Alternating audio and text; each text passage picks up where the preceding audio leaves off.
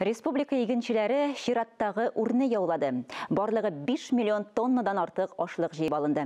Иң күп ашлык Тәтеш районында җыелган. Кайбер районнар шул исәптән Мамадыш игенчиләре дә уракны беренчеләрдән булып тамамлады. Мамадыш кырларыннан безнең репортаж. Югары өсөн хуҗалыгы механизаторларына bir айда эшкин кирәк булды.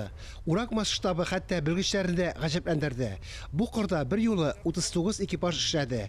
29 комбайн үзләренеке, тагын 19 комбайн Саратов өлкәсеннән ярдәмгә килгән.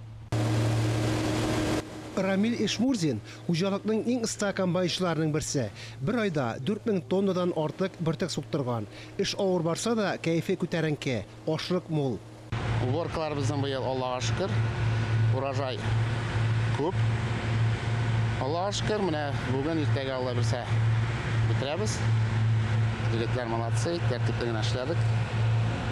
Аллага шөкер, погода да яхшы булды. Урожай күп быел. 5000 гектардагы сәрелек җирләренең 2800 гектарында бөртекләр үстерелгән. Биредә барлык эшләрдә агротехнологияләрне катгый үтә башкарылган. Шуңа да уңыштан мол. Кайбер басуларда 1 гектардан 50 центнердан артык бөртек җыелган. Үзегез күреп торасыз, уңыш яхшы, уңыш вакытында җыеп алынды. Техниклар һәрвакыт төзек булдылар. Запчастьләр белән монда кыенлыклар юк.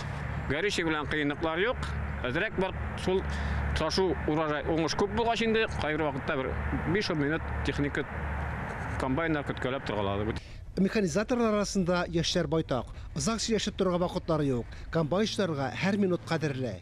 Мамадыш экипажлары да яшь комбайнчыларның хезмәт кешесен данлыйбыз. 14-нче республика конкурсының финалына чыгуга дәгъва итә. Аны безнең телерадио компания, авыл хуҗалыгы һәм азык-төлек министрлыгы, Казан дәүләт аграр университеты белән берлектә үткәрә.